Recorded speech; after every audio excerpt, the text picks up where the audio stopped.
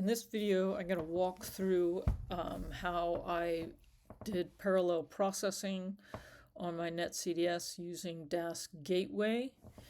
I'm not going to talk a whole lot about the logic. That's in my previous video where I talked about the global daily netcdf that talks through the whole logic of how to create these files. This is going to focus on the Dask Gateway part and some of the gotchas that you might run into when using Dask Gateway. If you've never heard of Dask Gateway, it is a way to spin up a cluster of virtual machines for doing parallel processing. In my case, I am preparing about 1.6 terabyte data set that I'm putting into a cloud bucket. And if I were to do this just in serial in a for loop, I don't know how long it would take. I don't know, 5 days, 6 days. It would take a really long time. So I want to farm that out to virtual machines. I happen to be on a Jupyter Hub where Dask Gateway is set up. However, if you are not, and certainly not everyone has access to a platform that has Dask Gateway, another really great option is something called Coiled. So it will do the same thing, and it's going to use your own cloud. Like you'll have to have like an AWS account or a Google Cloud account. And it's similar to Dask Gateway, and anyone can use it. It's not like you have to have your administrator have that set up. And also, I would say that something like Coiled is in some ways, it's really easy to use. It's nice. The syntax is pretty similar to Dask Gateway. And you can start up your compute on whatever cloud provider you need to.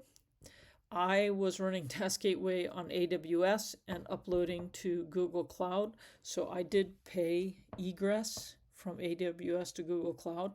It wasn't that much, fortunately, but if I had spun up my virtual machines in Google, I wouldn't have had that egress charge for writing. So that's something to keep in mind. For me, the cost was maybe $100 total, so it wasn't that bad. Okay, so let's talk through the logic of this and some of the gotchas that you might run into using Dask Gateway. So the logic is I need to do these steps.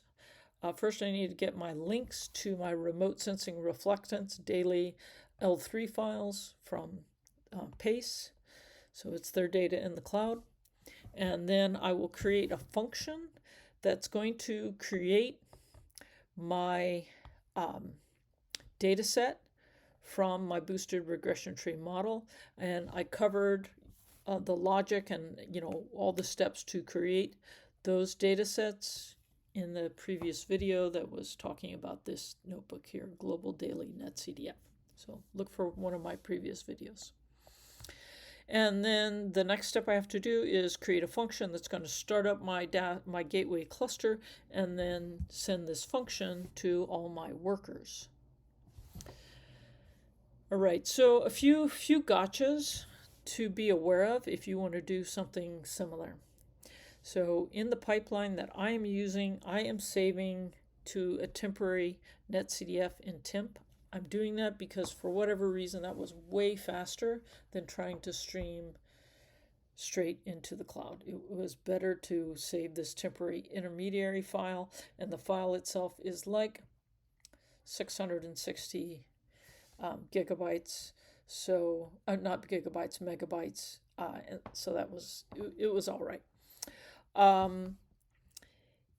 But one thing to keep in mind is whenever you're using your temp directory, make sure that you are deleting the files as you go along, because if you don't do that, you will quickly crash your server and you'll be wondering, why is my server crashing all the time? It's because you were filling up your temp. Okay, getting authentication to work in Dask Gateway workers can be really non-intuitive. Like it happens all the time that things work great on your local machine or your local environment, and then you test it in Dask Gateway and the workers are saying, cannot authenticate. And in my experience, this typically is happening because, unbeknownst to me, when I am interacting with something that needs my credentials, it's finding something in my environment that it needs. In this case, I'm interacting with Google Cloud Buckets, and it finds my config directory and has some information there. And so it can, even though I send the right credential JSON to the workers, they don't have this extra context that's in my environment. So they're like, I don't know what to do. So I'm going to kind of show you how I ended up getting around that, but I spent lots of time debugging that. It would have been faster if I had been testing my workflow in a virtual machine that didn't have the credentials stored.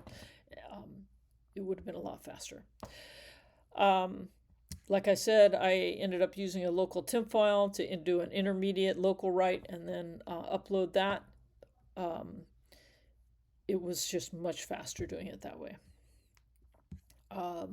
You always have to remember that your Dask workers do not have access to your home directory. So you need to upload any files that they need. I'll show you how to do that. In this particular example, the function that I'm sending out to the workers does not use a Dask graph. So it's not working with an X-array data set and doing anything that requires computing on that. It's actually working with these NumPy arrays and then creating a Dask X-array, saving that, uploading it, but it's not doing any computing where Dask would create like a Dask task graph to work with chunks. And if you did have that, though, you really have to be careful to use this in front of those, whatever that is, the task that's going to be hitting Dask. And if you don't work with Dask and X-array a lot, you may be kind of surprised that it's hitting Dask. You want to be looking when you have your X-array, look for things being Dask-backed arrays, which in my case, I absolutely want that because my data set is really big and I have to work, it's too big for memory. So I do need my data set to be chunked. I need it to be Dask-backed in these chunks. But in another pipeline right here, this one for my Czar store, I accidentally was sending a big Dask graph, and I was using that in my function, and then Dask Gateway was sending that across the workers, and I must have spent like 3 days trying to debug these cryptic serialization errors. I didn't know what it was about. I couldn't figure it out. But after a while, I figured out that I needed to do this to tell it, don't spread that task graph across workers. Okay. So whenever you're working with anything where you need to be working with credential files, you need to be doing authentication. You might have passwords. Be super careful about not committing those to a GitHub repository. And fortunately, GitHub is much better now. It will recognize a lot of secrets and will warn you if you try to commit them so you can get rid of them. I'll point out as I go through how I deal with that so that I don't accidentally put it into my repository. Okay, so another thing to be aware of is, so when your Dask workers spin up, you have to give them the environment. So they're going to be like a bunch of virtual machines that spun up, and you need to give them the image. And in the hub that I'm in, the default image is whatever image that my hub is. Yours might be different. You'll have to look at the options. I'll point that out in the code, how to do that. It turned out that the image that I was working on was missing Google Cloud Storage, and I wasted a couple days trying to figure out how to do pip install into my workers. Um, and that was a total waste of time. Um, it was easier just to create a Docker image with the packages I need. Nowadays, creating Docker images with GitHub is super easy. It's not easy the very first time you do it, but once you do it a few times, it's really easy now. And that was a much better path. I immediately got everything working after I just created my own Docker image. Okay, so let's walk here through the logic in using Dask Gateway. So the thing that I needed to do was create this function that I can pass to the workers. And that function does this part here. Okay. So, oh, actually it does all of this. Okay. So I give it a day that I want to work on, and it goes to Pace and it gets that file via Earth Access. And then once it has that file, it gets the remote sensing reflection. It takes that and it gets a booster regression tree prediction of chlorophyll at depth. Then it commutes all the metrics and it writes this this netcdf locally, and then uploads that to the Google Cloud and then deletes the local file. So that's the main thing, is I need to create that function.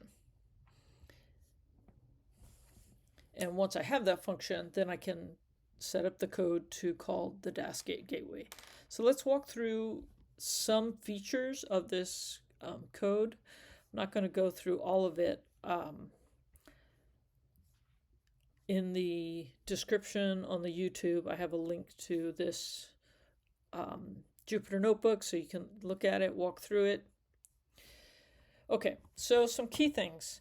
So in what I do, there's a lot of functions that I call, and I have those in a Python file. I don't have them in my notebook. That would be really messy. And with Dask Gateway, it's pretty easy to have your functions in a file like that. In fact, that's what they recommend rather than defining them in your notebook. So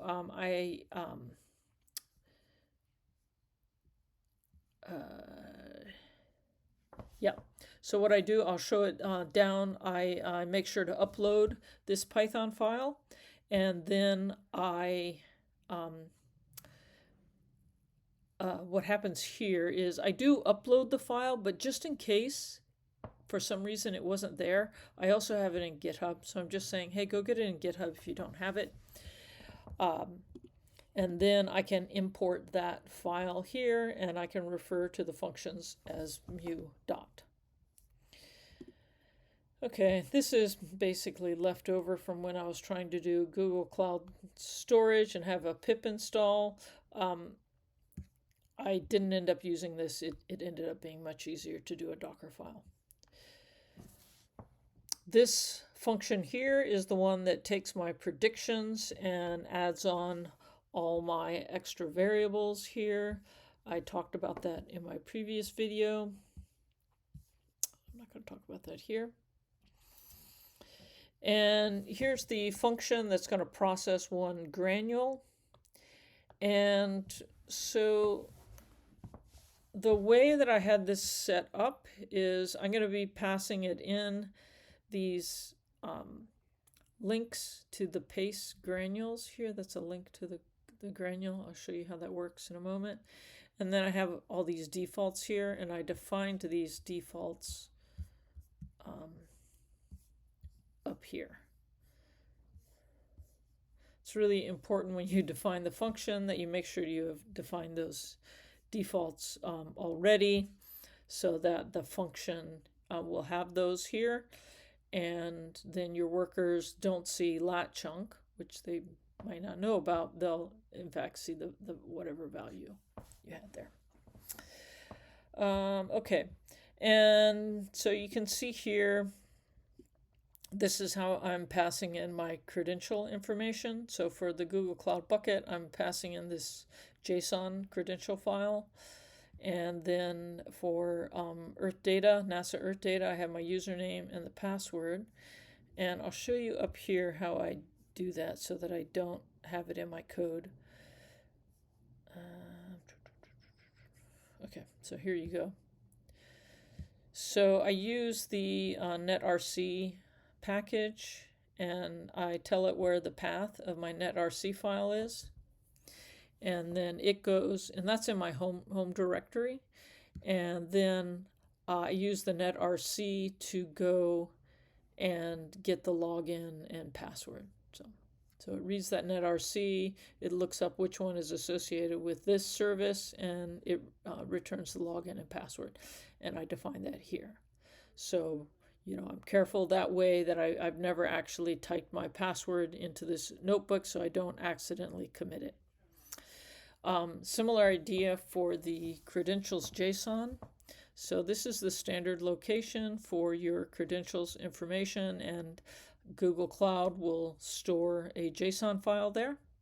So I have that there, and then what I do is I read that in, and I'm going to pass that JSON into my function, and that's how I'm going to get it to my workers. Okay, so that's what's going on here.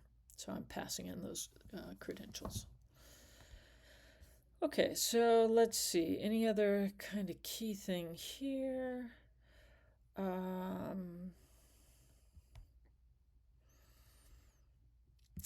Okay, so here, okay.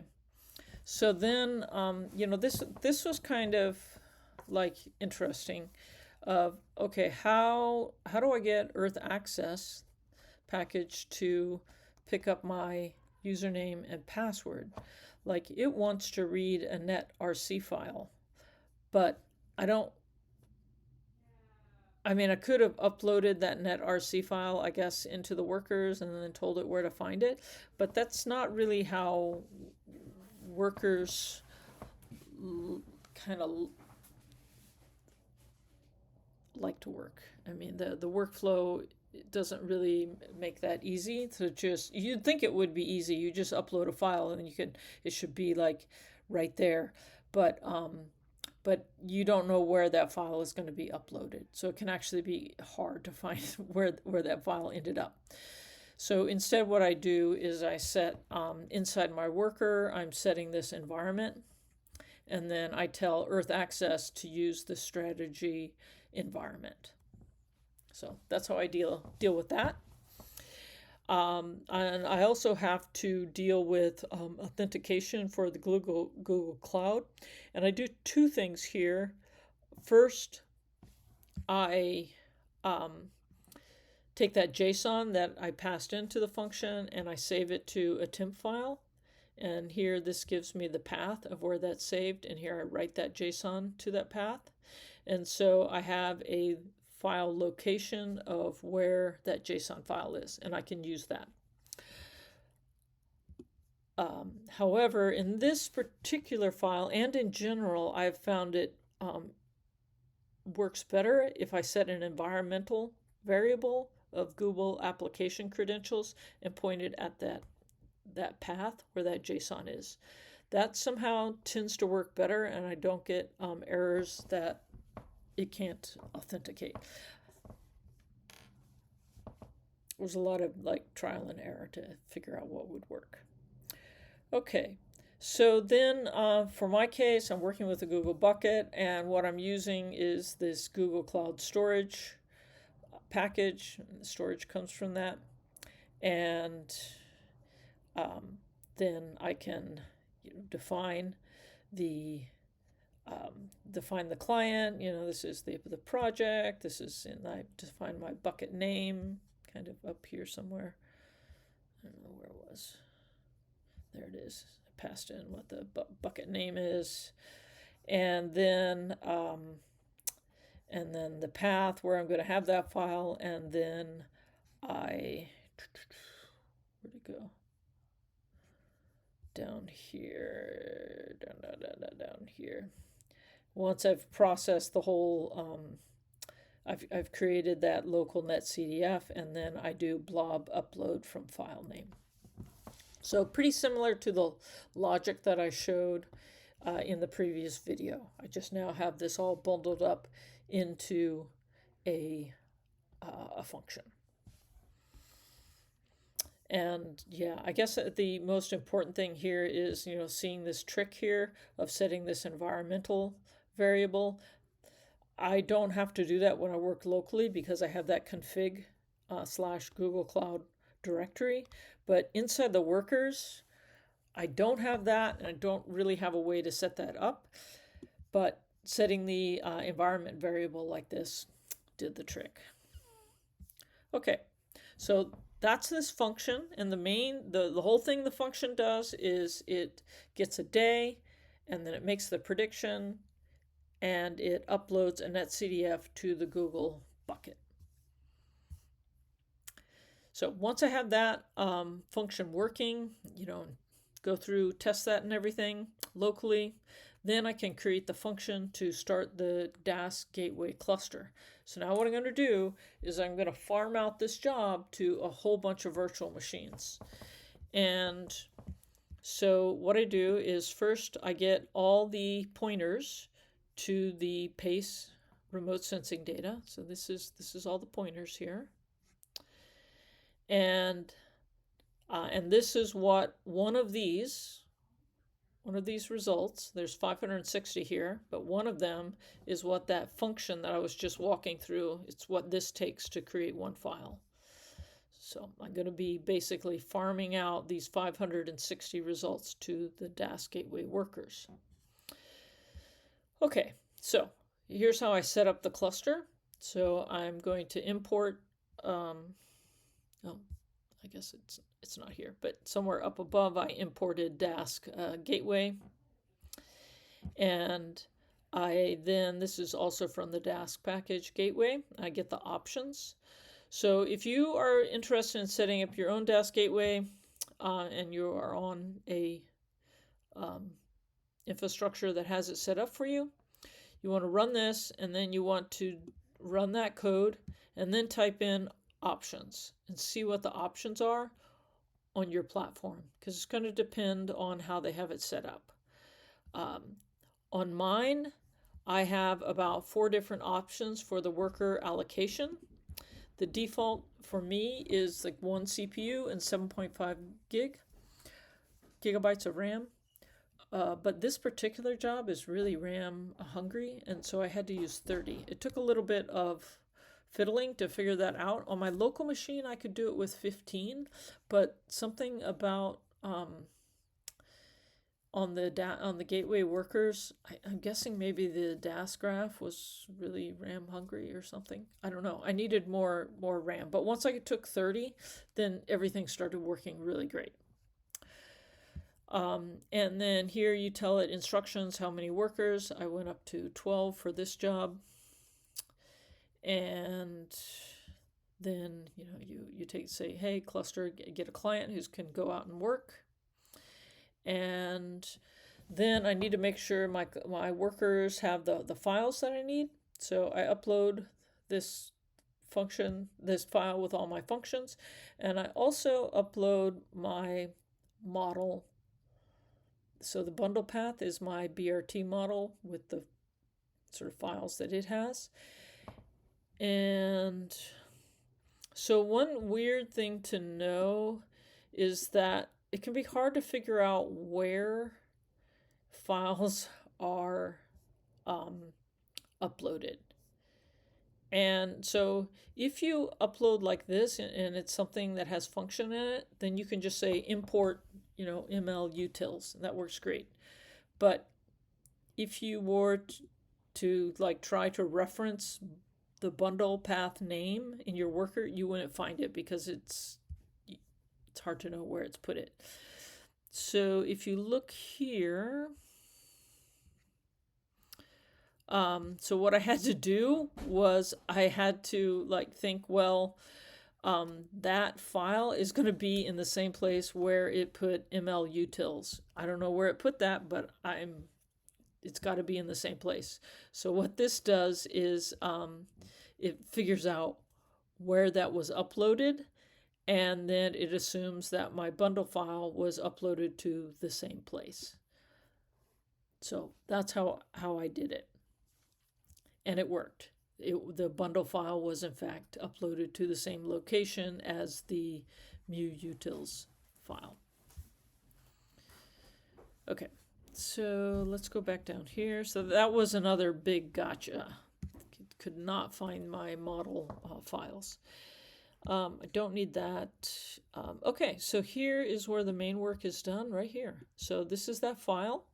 And what you're saying is I'm mapping this out to all my workers. Here's the work they're going to do, and this is a vector of all these results. And there are 560, and it gets farmed out to my 12 workers. The rest of this is not essential. It's basically just sort of keeping track of the output so I can, print progress reports as it goes.